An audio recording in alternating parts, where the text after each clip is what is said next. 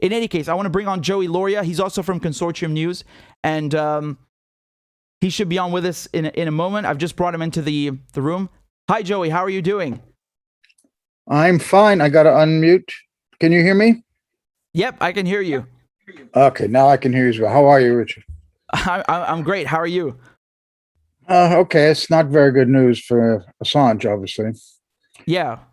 What's your initial reaction to the news we've got?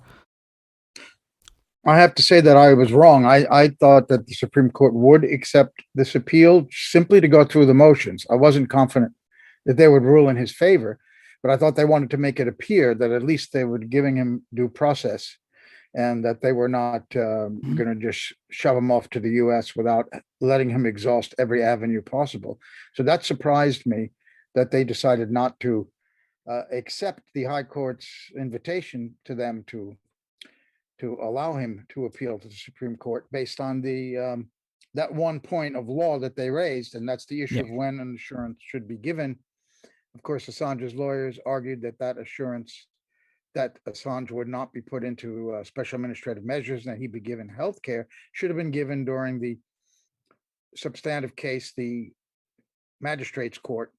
The judge there, Vanessa Breitzer, of course, in January 2021, agreed not to send Assange to the US, but purely on the basis of his mental state and the condition of US prisons. It was only after that decision was made that the US came up with these diplomatic assurances, and Assange's lawyers argued before the High Court that they were trying to relitigate the case. Because they'd lost, they decided to come up with these promises. James Lewis, the prosecutor for the US, did argue that there was case law to show that, in fact, it could be given at any point in the process, but that was something that we would have liked to have seen the Supreme Court handle and decide upon. Yeah, I mean, Joey, you remember during the extradition hearing in late 2020, the U.S. prosecutors, they weren't just saying that here's some assurances. They didn't say that. They were actually saying that SAMs are good, right? We had this also statement from Kronberg that they have arts and crafts and just the most ridiculous thing in this point system that you can like kind of if you behave well, they'll lift certain restrictions. Except no one's ever succeeded at that. Ping pong. You forgot the ping pong. No, bingo. Yeah, and I think bingo as well, maybe. So yeah, I mean, this was a holiday camp. I mean, that Gordon Kronberg, who is the prosecutor, the chief prosecutor at the time of Assange, it's extraordinary the things he said to try to get away with this. Obviously Breitzer didn't buy that. She didn't buy that there was ping pong and bingo, and she decided that he should not go to those kinds of prisons. And that was a great moment of elation for the people who support Assange, because it looked like he wasn't going to go, but then the U.S. appealed. And the High Court sided with the U.S., and that was a bad moment. And of course, Assange's team then asked to appeal that to the Supreme Court based on several points. But that was the one that the High Court allowed, that the Supreme Court should decide whether assurances should be given during the initial hearing or was it okay to do it afterward. Now, the letter that was put out by Assange's lawyers just an hour or so ago, it does indicate at the end that they are going to try this cross appeal. Of course, the High Court has to decide whether to accept that or not. Given that the Supreme Court did not accept his decision, I am not very optimistic that the High Court will allow this cross appeal to go forward. Mm-hmm. There's some extraordinary points here. I know Kathy went over some of them with you. It was at the time of Breitzer's ruling, it was mixed feelings of Assange's supporters, because while it was good news that she said he couldn't go to the U.S., she also sided on every point that the United States had made in their legal arguments, and that was very bad for journalism. She even said at one point that, this is extraordinary, in her 132-page ruling, that in regards to talk of assassinations, and this was before the Yahoo story, but it was already brought up in the case. It was already known from the case in Spain, the UC Global case, that there was talk of poisoning or kidnapping Assange. We reported on that. A lot of people did. I think you did at the time, back in September 2020. She said, well, given his activities, the U.S. had a reason to be concerned. That was her reaction to the evidence that was given in her court that the U.S. was actually considering kidnapping and poisoning Assange. So it was an horrendous ruling, even though she barred his extradition. And now they may, if this cross appeal goes forward, there will be numerous points that they will try to raise. One of them being, of course, that it's a political offense. The client attorney privilege being violated in the embassy. And the whole point of journalism being something that should not be criminalized. And as the Official Secrets Act now stands in Britain, and it has to be, of course, there has to be dual criminality in an extradition case. What the U.S. is alleging is a crime in the U.S. has to also be a crime in Britain. They are now rewriting or redrafting a new Official Secrets Act that will make it abundantly clear that anyone, including a journalist, there's no carve out for them, who possesses and disseminates state secrets could be prosecuted. So that was another point the Assange's lawyers could argue in a cross appeal. Again, I'm not confident the High Court will accept this cross appeal or that it would certainly win, being that it's two judges that already decided in favor of the U.S. that overthrew Barrett's initial decision. Yep. It doesn't inspire much confidence, honestly. I'm also a bit pessimistic at this point. Can I just read a statement here from Reporters Without Borders? They said that RSF is deeply disappointed by the UK Supreme Court's refusal to consider Julian Assange's extradition appeal. We urge the Home Office, so that's the department that Priti Patel heads as Home Secretary. They say, we urge the Home Office to act in the interests of journalism and press freedom by blocking extradition and releasing Assange from prison. So what do you think is what's the next step if the cross appeal isn't very likely? What do you think is the next step after that? European Court of Human Rights? That's the last recourse. Yes, it is. And I don't think they could stop him from doing that appeal. So this could drag out quite a lot more time. And given his health in the prison, that's not good news either. But the question is whether, if the European Court decides in Assange's favor, whether Britain will accept that ruling. There have been several instances in the past where they are not very friendly towards that court. It has nothing to do with Brexit, by the way. They joined that court way before the European Union was formed, so they can't make that argument. But Britain could just decide not to follow that decision of the European Court and send him to the US. I think it looks very bad right now that Julian Assange will wind up in the United States at some point. And the Supreme Court was really his last hope. And again, I'm really surprised they didn't accept his appeal. Again, just to show that they were going through the motions, giving him the due process so that they wouldn't be criticized for railroading him to Alexandria, Virginia. And it looks like that even if the court in Europe goes on his side, I'm not sure that will help him very much.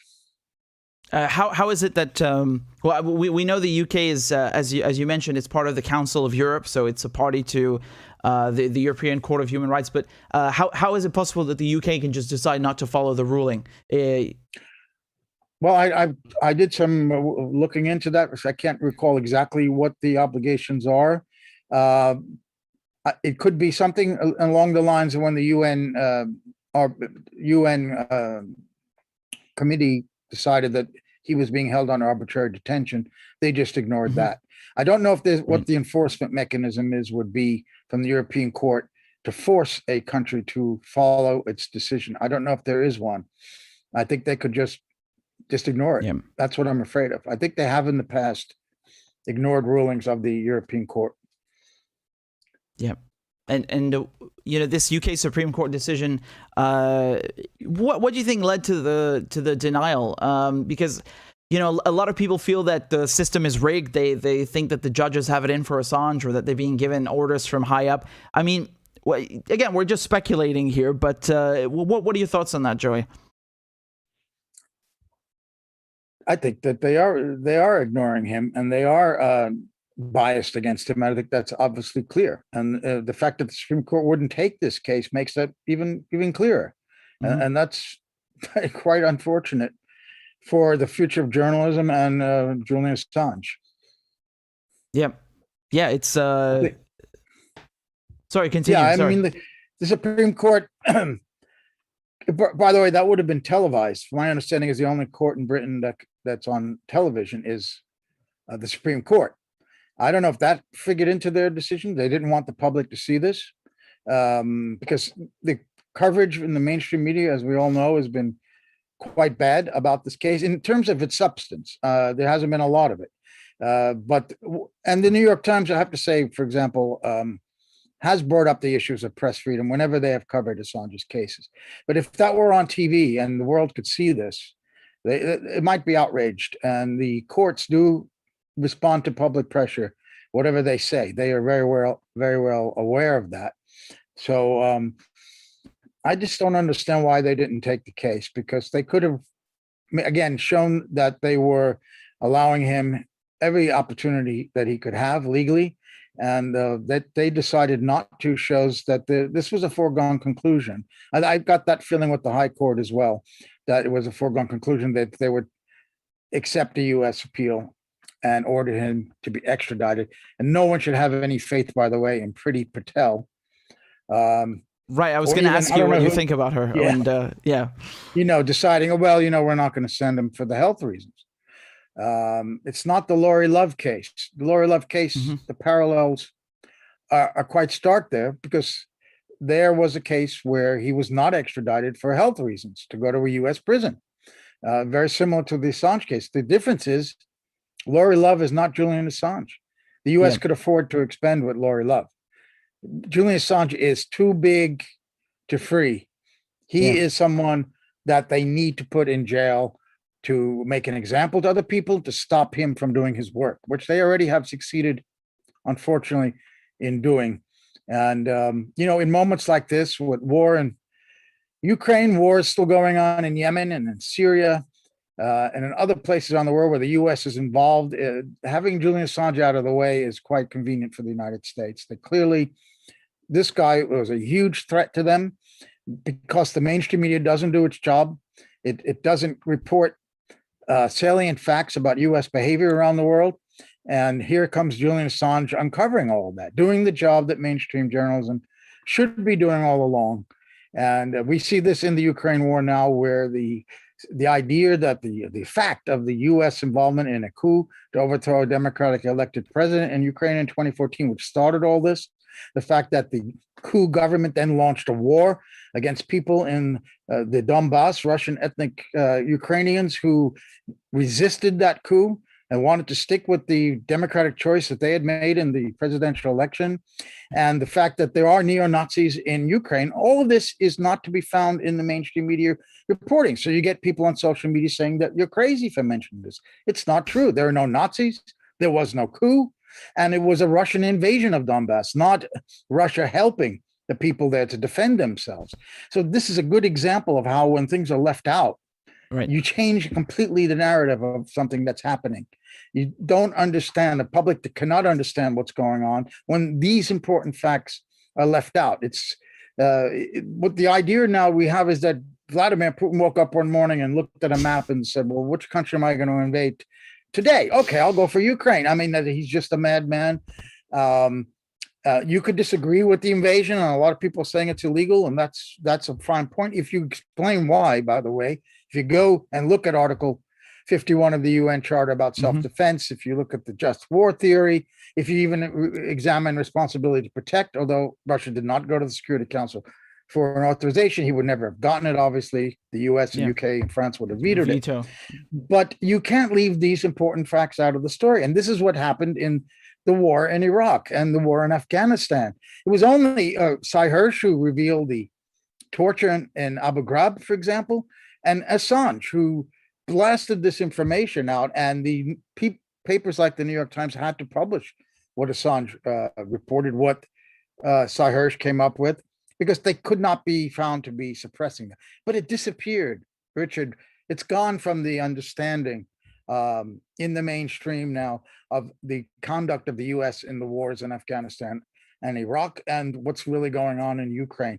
And so that's the value of WikiLeaks, to have filled those gaps, to have told the real story, and for a government to claim that they're for press freedom, to be putting this man in jail and to have him being sent to the US where he will be without question convicted and thrown in prison for the rest of his life, however long that will be, is just such extraordinary hypocrisy, and it's totalitarian behavior. It really goes to the question of whether US and Britain are really democracies at all. Because if you do this to Julian Assange, there's no longer a strong argument. And we see also with the kinds of official and corporate censorship going on. It's a word I didn't like to use. I think I call it the C word. And so I think people scream right away, censorship, and sometimes it's not. But in this case, there's no doubt about it anymore. Of course. I was on with George Galloway early today, taping his show. And, it's just, we talked about the censorship issue. And there's no doubt that that's what's going on here. They have covered up the fact that Nazis are fighting, neo-Nazis, self-declared with all the regalia, are fighting in this war. They took place in the coup. They took place in the war against Donbass. They're taking place in this war right now. They're taking part in this war right now. And to say that they don't even exist, even though the New York Times, the BBC, the Daily Telegraph, and CNN in 2014 all ran long pieces about the existence of these Nazis. They already put that on the record, and now it's gone. It's gone. And this is what Assange has done. And that's why they have to stop him. And this is just a criminal behavior to cover up their own crimes. I mean, any gang would, any organized crime would, of course, and they kill journalists all the time if they expose their crimes. And this is, I'm sorry to say, the same exact behavior by the US government and the British government. Yeah, absolutely. I always look at it through that lens as well. I mean, it's the similarities between organized crime and how they operate it is organized crime, literally. And they, as they would say in the mob, they need to tie up loose ends in this case. And I think you put it very, very eloquently, Joey, because you showed us what it looks like, the atmosphere, the climate that we're in right now, when you don't have journalism, public service journalism, educating people. It's a very desolate and disastrous consequence to keep the public misinformed or uninformed like that. And I think it's scandalous, what they're doing with Ukraine. It reminds me a lot of with Syria. You couldn't point out that a lot of these so-called moderate rebels are Al-Qaeda or, they're with its affiliates, Jaish al-Islam and others that are funded by Saudi and Qatar. And that you'd say that and they would look at you like you had just insulted their mother or something, or you're a madman and, oh, you're an Assadist. And now it's the same thing. We're in this phase where if you point out the truth, which, as you said, the mainstream media even did reports about this, until it became inconvenient 3 weeks ago. You're Kremlin apologists and so on. And even Assange, they also accuse him of being a Russian asset because he exposed truths that they don't want to hear. I have to say I had this thought, but I have no way to know. But given what's going on with this incredible anti-Russian hysteria that's happening right now against the people, Russian people, not the government, not just Putin. It's the firing of music conductors, the Tchaikovsky being thrown off of programs. It's ridiculous. With the Assange smear of him being a Russian agent. Yeah, I wonder if the Supreme Court didn't feel emboldened in this case, in this atmosphere, to also say, screw this guy. We're not going to give him 2 minutes. The political atmosphere that we're in now is something I've never experienced. I briefly did experience it in the lead up to the Iraq War, the invasion 2003. It was a scary time to be in the United States. But this is something way beyond that. And it's worse than McCarthyism. I was born after the McCarthyist period. And I always wondered what it'd be like to have lived through that. And now I don't have to wonder anymore. I know what it's like. I think it's worse because McCarthyism just targeted individuals who were in Hollywood, who were in government agencies, even in the army. And that's when McCarthy was finally stopped when he accused of the army of having communists inside. It was targeted at those individuals, as horrible as that was. But this is something an entire society now, with the, of course, with the technology of that they didn't have back in the 1950s to censor is so much easier now. Just you can get somebody to hack, as they did the Kremlin website. You can get corporate TV providers to take off RT America from their satellite and cable broadcasts, and that would collapse and destroyed RT, and it's never going to come back.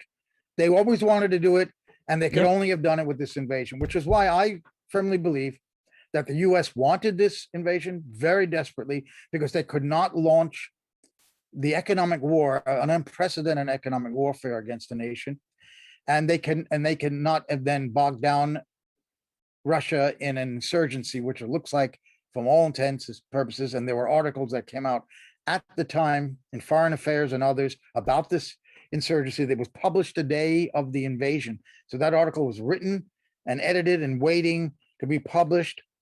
The US needed this invasion, and they allowed it to happen. They could have stopped it, and they could still stop it. Yep. They could stop this war by having serious negotiations with Russia on the new architecture of security in Europe, which even Macron, the French president, was arguing before the European Parliament and in his discussions with Putin before this phase of the war began. Because, by the way, this war has been going on for 8 years against Donbass, and Russia has intervened in a civil war. Of course, we're not seeing that. The war began on February 24th for everyone else. So Macron was someone, and Schroeder, the German chancellor, also seemed to be open to this. The US now could start those negotiations. They could tell Zelensky to accept neutrality of Ukraine, not to join NATO. They can even allow those two provinces to become independent. The war would end, but the US wanted the war, and they certainly do not want to end this war. And the last thing they care about are the Ukrainian people, which really shows the hypocrisy of how they have whipped up an entire population, and also European populations, for extraordinary support for white Ukrainians who are dying. And I'm not belittling the suffering that's going on in Ukraine, but I should put it into perspective. If you read Western media, all you're hearing is that the Russians are purposely, wantonly, gratuitously targeting and killing civilians. When the UN reported on Friday, and the new numbers should come out today, that there were fewer than 600 people killed in the first 15 days of this war. Now, I'm sorry, every life is precious, and that's horrible. But in 15 days of war, there were 1,700 people who died of COVID-19 in Ukraine in those 15 days. The US, in the first month of the Iraq war, killed 4,300 civilians, according to a study that was published at the time. The way US conducts war is different than what Russia's trying to do here. They would perhaps even leave Zelensky in power if he agreed to their conditions, again, to become neutral and put it in the constitution of Ukraine. That means they would never join any alliance like NATO, let those two provinces be independent, and also, well, I forget the third one, but the thing is that deploying NATO troops on the border. So they didn't want NATO troops in the neighboring countries. Well, that was in the treaty proposals that they put forward. I'm talking about the conditions now that the Russians have given to Zelensky, neutrality. Oh, and to recognize Crimea as part of Russia. Right. That's the third part of it. But don't forget, there was the Minsk Accords, which were concluded in 2014 and 2015, where those provinces would have stayed part of Ukraine. They would have had autonomy, would have federalized Ukraine. And everyone agreed to that, including the Ukrainians. And Germany and France were supposed to administer this, and they never pressured Ukraine to accept it. And that's another thing the US could have done to prevent this Russian intervention, which would have been to force Zelensky and the Ukrainian government to implement Minsk, and we would not be where we are right now. But none of this, you can't read this in the Times of London, can you, Richard? No, it's forbidden. You know, it's wrong speak. to say the truth. And again, we're not minimizing what's happening in Ukraine, but I think it's so ignorant to treat the situation like a comic book where, Putin is a madman and he just woke up in a bad mood and decided to invade a country. Like, why do they remove all the geopolitical context? How can you talk about international relations and not mention the international relations in it? It's so infuriating. Absolutely. I mean, I know somebody, he was a Turkish diplomat, and he put out a tweet that this had only to do with the madman Putin. And I just couldn't believe that somebody who was a diplomat could not understand, as you just said, the geopolitical context of all of this. And without explaining that, that's what you're not allowed to put. That's what we're doing at Consortium News still, is to create the context, the background, the history, not to excuse or to, we're not coming out in favor of this intervention, but we're explaining it. We're trying to understand Russia's point of view, why Russia did what it did. You have to do that. And journalism is supposed to explain that, both sides of the story. That's journalism 101. There's at least two or more sides to a story. Now, when we hear what's going on, let's say in Mariupol, where Russia has called for these ceasefire corridors so that civilians can escape, the Ukrainians are saying that Russia is getting people to leave, luring them out so they can kill them as they're leaving. And this is being reported in the Wall Street Journal by a guy I used to know. I mean, I don't want to mention his name, Yaroslav. I knew him back at the UN in the 1990s. A horrible story where this idea that the Russians are luring people out so that they can kill them. And when Russia's side is that it's these neo-Nazi groups, particularly in Mariupol, the Azov battalion, that they are preventing people from leaving. Yeah. That's okay. Now, I don't really know what's going on the ground, to be honest with you. I can't tell. But what you want to do is report both sides.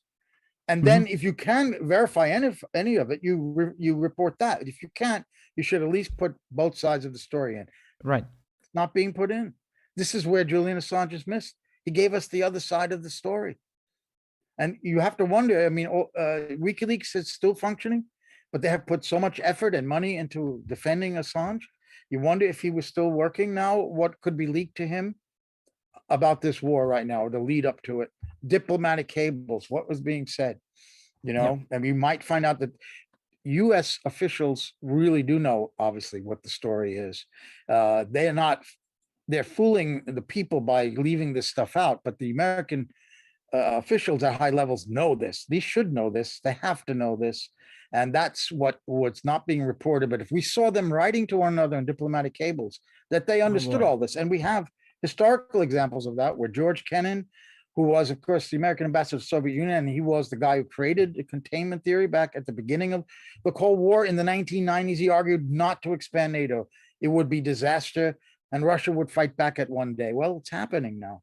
It's happening. So there were people even inside the American high levels who understood what Russia's position was and why it would be a mistake to expand NATO, and why it's a mistake to support this offensive, which was starting up just in the few days before Russia intervened.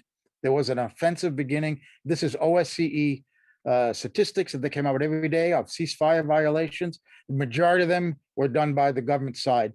And it looked to Russia like this offensive was beginning. And that's why they moved in. It was also some silly talk by Zelensky in the Munich Security Conference that about nuclear weapons. Maybe they should consider doing a nuclear weapon. And Putin had, in his speech, said that the infrastructure for building a bomb from the Soviet days was still there in Ukraine. I mean, that was not an imminent thing, obviously. But these were some of the reasons Russia gave. And they barely wrote about Putin's speech in which he explained why he was going in. And when they did, they just dismissed it and ridiculed it. So this is not journalism. This is pushing the agenda of your government in foreign affairs. That's not what journalism is supposed to do. It's supposed to be neutral. You're not an American. You're not Britain. You are a journalist. You are neutral, and you try to explain the drama of an international conflict by showing what all sides are saying, what it looks like they're doing, instead of just your side of the story. And without Julian Assange, we're only going to get their side of the story. Yeah, I mean, just thinking back to some of the cables that came out. I mean, we saw this email from Jake Sullivan, who's now the national security advisor, saying to Hillary Clinton, Al Qaeda is on our side in Syria. You know, they might be saying right now the neo-Nazis, the Azov, are on our side in Ukraine. I mean, you know, this is the context that we need. Yeah, Absolutely, absolutely, absolutely. You know, the death squads in Nicaragua, jihadists in Syria, and Nazis in Ukraine. This is the way. This is the US playbook. They talk about Russia's playbook. Well, Russia must have a playbook, but America has certainly one, and we see it. And that's what they do. They will make, and the Mujahideen in Afghanistan, they will use in short term, make alliances with any bloodthirsty group if it helps American interests. And then they forget about them. And a lot of these groups turn against the US then. I mean, it's just ridiculously stupid policy by the United States. And that is the example, of course, out of Afghanistan came Al Qaeda, which then became a useful ally in Syria. And I had American diplomat at the US mission admit that to me off the record when I was back there. I even told Susan Rice, why are you using these kinds of groups? This was an off the record background briefing with a bunch of reporters from the UN, which I probably still shouldn't talk about, but who gives a damn at this point. And she said, we're not using them. She didn't like the term I said use. She didn't deny that there was this alliance, but she didn't like that I say that the US is using them. So, you know, the fact is they're using the US. If you're fighting somebody and the United States comes and says, we'll arm you, we'll fund you, even if you hate America, you're going to say yes, I think. You know, so the Mujahideen didn't like America. I don't think the Al Qaeda certainly didn't like. But if you're going to be helped with guns and logistics and intelligence or whatever they've done with these groups, you'll take it. And once the war's over, then you could turn that against the United States, who's just gone home and forgot about you. I mean, it's a very stupid way to run foreign policy. That's all I could say. Yeah, of course. I mean, just you know, when I was a child, we were living in Pakistan. The Egyptian embassy right next to my school was blown up. You know, the classroom I was in, just all the windows exploded. And the guy who did that bombing is Zawahiri. He certainly hated the U.S., but he didn't mind taking the money from the Americans during that time. And then, of course, he becomes Bin Laden's right-hand man. So, you know, it's the same kind of playbook that they're using over and over. And, I think. No, I'm sorry, but I didn't interrupt. But some people have pointed out that this could happen with the neo-Nazis. Now, there are these types of extremists coming from all over Europe and maybe the United States even, or wherever, to Ukraine right now to fight. They've been invited in by Zelensky, right? Along with the prisoners that he let out of jail and the civilians who he's armed. When this war ends, what happens to these even more radicalized and armed neo-Nazis from Ukraine? Can they be a blowback in Europe? Of course, They can get out very easily as they pretend they're refugees, as many jihadists did, right? And then they can start to plan attacks. So this is really stupid to have anything to do with these people, even if it hurts Russia. And hurting Russia is what this is all about. The United States, why they wanted that invasion, so they could put that economic warfare and this planned insurgencies. The ultimate aim is to bring down Putin's Russia. Just the way the ultimate aim in Afghanistan, as Brzezinski admitted in that French magazine article, was, he said, yes, we set a trap. He used the word trap for the Soviets in Afghanistan. And who cares? And he was even asked, but you've now, you have now created this force of extremists, of these jihadists. And he said, who cares about some angry Muslims? We brought down the Soviet Union. Well, he said that before 9/11, for example. Who cares about these angry Muslims? And that's the attitude probably now. Who cares about some angry Nazis? They're helping us. They're helping us to fight Russia. And this is fighting to the last Ukrainian, as many people point out. The United States is fighting Russia. And of course, the critical situation we're in right now is we have State Department, Blinken and Nuland, who are listening to Zelensky wanting the no-fly zone and these Polish jets, and then you have the Pentagon on the other side saying no way that NATO is going to get directly involved in a war with Russia because of what it could lead to, the horrific consequences it could lead to, and therefore they won't even let these planes from Poland take off from Poland and fly sorties out of Poland or even out of Ukraine. To give NATO jets right now would be too dangerous. So the Pentagon is saving us, Richard. The Pentagon may be saving us from nuclear war.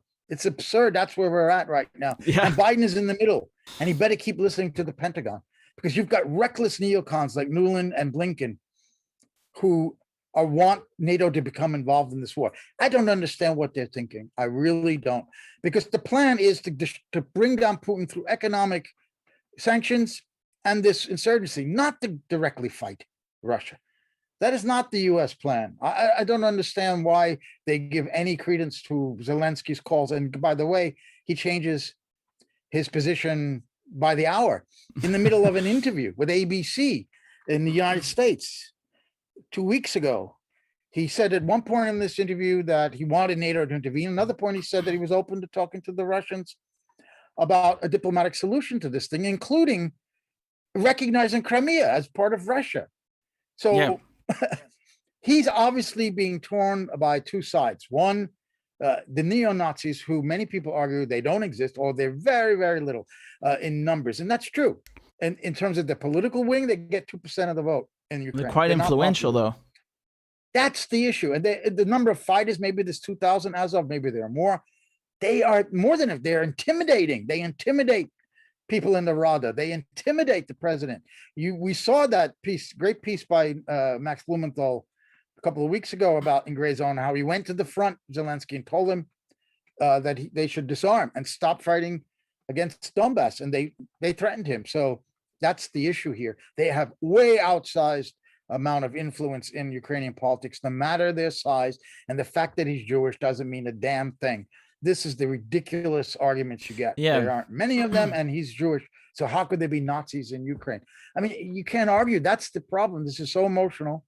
You cannot argue with facts. And when people when the first resort is you're a Putin puppet, you're a Kremlin apologist, that means they don't have any facts. They lost. The name calling, they lost. That's it. If you start with the name calling, maybe after an hour and you can get fed up and call somebody a name. I mean, I've been there. I've had arguments with people, and then I just that's I don't different. Start by name calling. Right. Yeah, exactly. It's absurd. I mean, I certainly agree with your parallels about the Iraq War, because I'm just old enough to remember that, and it was quite politicized, propagandized, and you couldn't say anything. But I certainly think it's worse now. I mean, this canceling of everything Russian: trees, cats, composers. It's ridiculous. I forgot the cats, yeah. yeah, it's everything. I mean, I even saw Russian, salad and dressing. I mean, this is childish. Yes. It's childish. Yeah, now it's called. It's not beef stroganoff now. What is it called? They changed the name of that as well. I think it's beef Zelensky or something. And yes, it's now Ukrainian dressing. No, that happened. That did happen in Iraq, because France was one of the and Germany were allies of the U.S. on the Security Council at the time. Oh yeah, they opposed the resolution to invade Iraq, and if you recall, the U.S. were dumping French wine down the sewer. Yeah, and they changed the Americans were dumping French wine because they tried to stop a war. They called French fries freedom fries as well. That's another one. Freedom fries. And in the First World War, sauerkraut was called liberty cabbage. So this goes way back in the U.S. That's amazing. Incredible anti-German fervor in the First World War. We all know what happened to Japanese Americans in the Second World War. They were interned. And now this kind of madness is against the Russians. Unfortunately, America has this in its history. It's not out of its system and may never be out of it. And it's such an easy country to manipulate. And with the communications that exists now, that's one reason I think it's so much more complete. Yeah, where people will not listen to you and immediately condemn you and call names, and they won't hear it. And it's completely removed and whitewashed from the minds of Americans and Europeans, these salient, important facts in Ukraine that doesn't necessarily justify Russia's intervention. That's a separate argument, but you can't take out from the story the existence of the Nazis, the fact of the coup, and the fact that it was the coup government that started this offensive against Donbass, and it wasn't a Russian invasion. And there was no Russian invasion of Crimea either. I'm sorry. There was, I want to mention her, but there was a left-wing journalist was just interviewed, and she said that there were Russian troops on the border of Crimea, and that really troubled her. There's no border at that time of Crimea, between Russia and Crimea. There wasn't even the bridge. Russia has since built a bridge. from mainland Russia to Crimea. So there were Russian troops based in Crimea with a long lease that they'd signed with the Ukrainian government to keep the Russian Black Sea Fleet in Ukraine. That was allowed. Now, in that agreement with the Ukrainian government, it said that the troops of Russia cannot leave that base unless they have permission from the Ukrainian president. Now, at that time, Russia still considered the Ukrainian president to be Yanukovych. He was the one who was elected and overthrown in the coup, Viktor Yanukovych. I don't know whether he ever gave that permission, but it's likely that they left their base, that Yanukovych said yes, and the Russian forces left that base to go to Ukraine. But you could go to Wikipedia. There's 2 people died. What kind of an invasion is there when there's 2 people who died? So beats me.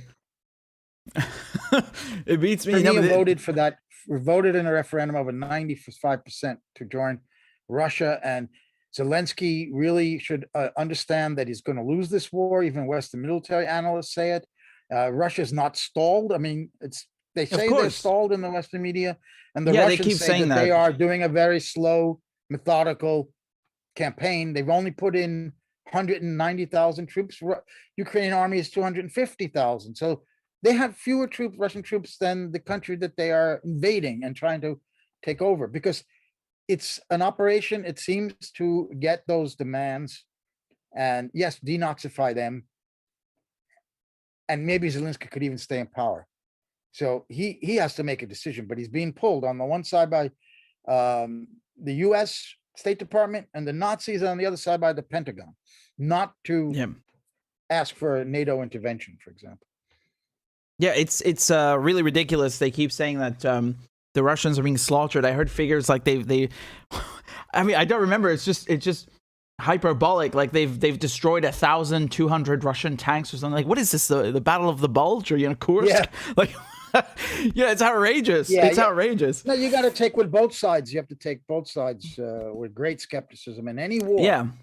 And for a responsible journalist, supposedly in the United States and UK and in Europe, to write just the Ukrainian side and accept this as fact is just, it's a total dereliction of duty as a journalist. It is absolutely, I don't like to overuse the word propaganda. That's the P word. And it is propaganda.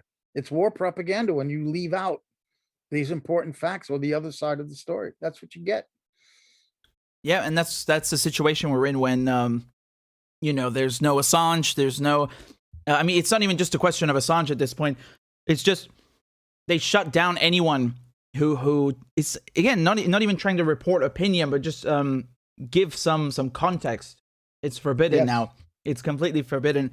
I mean, right now with WikiLeaks, what do you think the future of WikiLeaks holds? Because they did release some things in the last years, the Vault 7, the Duma leaks from Syria. Do you think that they're still going to be able to continue, or this is their primary focus is on Assange, because they raised a bunch of money just recently with this crypto fundraiser? So how does WikiLeaks fit in with what's happening in Ukraine and the circumstances that we're in now?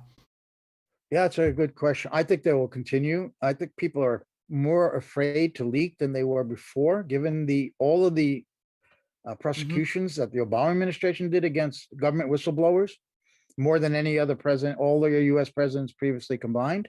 So there's a reluctance and a fear that, of course, takes a lot of courage to be a whistleblower. I think they will still come forward, and we'll see things in WikiLeaks. I don't know if it will relate to this conflict, but this fear is probably, impacts people's decisions about whether to leak something to WikiLeaks. It certainly locks you in as a mainstream reporter, as I was for 25 years for big newspapers like the Wall Street Journal. I hate to admit, but I worked at the Wall Street Journal. I worked for the Sunday Times of London, two Murdoch titles, and you know what you're supposed to. Nobody gives you a memo saying. Sometimes you got emails, but you knew what you could report and what you cannot. And I had my battles with the editors at the Wall Street Journal. I picked my choices because I knew I could get fired, and you don't want to get fired, but you have to stand up and try to report things that they're leaving out. And like in Syria or in Palestine, when the Palestinian resolution came before the General Assembly to give them observer state status, Yeah. I kept putting in my stories that there were 135 countries that recognized Palestine. Some had exchanged embassies. Yep. I was just talking the other day about when I was walking in Rabat one day 10, 15 years ago. I passed the embassy of Palestine in Morocco. So I put that in the story, not the Morocco thing, but I just said that they had embassies, and that kept cutting that out of my my article. They just kept cutting that out of the article. Wow. I kept putting it in the next story, and they kept cutting it out. It's not even an opinion. It's a fact. It's just a fact. That they didn't want the readers of the Wall Street Journal to know, because that changed the whole complexion of the story then. That there was legitimate international recognition of Palestine as a state, right? You couldn't have that in an big American newspaper. Well, Just you know, like you can't have the neo-Nazis in Ukraine right now in an American newspaper, because that will sort of make people think that there are nuances to this story. You know, it's not as black and white. Well, wait a minute, Nazis, real Nazis, they're fighting. I mean, no, they can't put that in there. It's a disgrace that they call themselves journalists. I swear to God, a disgrace that they say Assange wasn't one. Yeah. They're just jealous, honestly, because they've never done anything even close to that. But yeah, I was watching Chuck Todd on MSNBC just yesterday or before yesterday, and he was interviewing the deputy mayor of Mariupol, and he asks him a question, and then the deputy mayor starts by answering that. I have the clip. I'll play in a bit, but he says something like the Ukrainian military and the Azov battalion are fighting very bravely, and. I swear to God. And the Chuck Todd doesn't even ask him, what is the Azov battalion? Aren't those neo-Nazis? Nothing. It's just like casually, and then move on to the next question. I had to play it 3 times. I thought my ears were playing tricks on me. It's unbelievable. Well, you have a stronger stomach than I do, because I could never watch Chuck Todd ever again. Oh, believe me, I didn't do it out of pleasure. I sometimes I fall, I stumble on there by accident. So, but I missed that information that you just revealed, that he said the Azov battalion's fighting bravely. Yep. It's incredible. It's really incredible. And again, Joey, I'm so grateful for you coming on. I could stay here for hours with you, but I know it's late for you. So we'll have to get you back on soon. Where can people follow you? You have a Twitter, right? I put up Kathy's Twitter, but let me show yours on the website. Just a second. And of course on Consortium News, right? Consortiumnews.com is our website. Yeah, my Twitter handle is at UNJoe, UNJOE. Yeah. Tell people why that is, because you used to report at the UN in New York, right? I was based at UN headquarters in New York for 25 years for a whole bunch of media, the Johannesburg Star and all the newspapers of the independent newspapers of South Africa, and they were the best. They loved my articles before the invasion of Iraq, in which I highlighted the opposition in the Security Council to this. But I also at that time worked for a Canadian chain called Southern News that owned the Montreal Gazette and the Ottawa Citizen and the Vancouver Sun and the Calgary Herald and a whole bunch of papers. And I got a call when I was writing those same kinds of articles that the South African papers loved. I got a call from the foreign editor of this chain telling me that I had to support the war. His son was a Canadian Marine. And I said, I'm sure you're proud of your son, but my job is not to support the war, but to report what's going on in the UN Security Council, which is this huge opposition to this invasion. Yeah. The day of the invasion, they fired me. What? So, yeah. God, that's so. What a caricature of, man. I'm speechless. So that was some of my experience at the UN. I worked for the Boston Globe there and the Wall Street Journal and German press agency, 25 years. So I had a lot of different strings, and that's why it's UN Joe. That's right. It's amazing. It's great. So I haven't done anywhere near that. I've only been doing this for 2 years, but I have the UN here near me. So I enjoy a good, lengthy, boring meeting. I was just watching the UNODC. They were meeting on drug trafficking and narcotics, and they were basically calling for, so Norway, the UK, Canada, they were all calling for this Russian resolution to be withdrawn just because it was proposed by Russia. It's against drug trafficking. Oh my God. So it's just so ridiculous, one after the other, giving these boring statements. I was like, no. Oh man. Well, that was like the resolution that Russia put forward to condemn Nazism and neo-Nazism, and only 2 countries voted against: Ukraine and the United States. Yep, there you go. I mean, that speaks volumes. They did it multiple times, right? I've seen multiple votes like that. It's crazy. It's crazy. So here is Joey's Twitter handle. It's UNJoe, and you can also find his work on Consortium News. So that's consortiumnews.com. Again, I'll paste the links in the chat right now so you guys can go follow. Joey, again, I'm so grateful for your time, and I've been meaning to bring you on for quite a while. So this was I really enjoyed this talk, and we have to do this again soon. I'm very happy to be with you, Richard. Thank you. Certainly come back again. Bye-bye. Great. Take care. Bye-bye.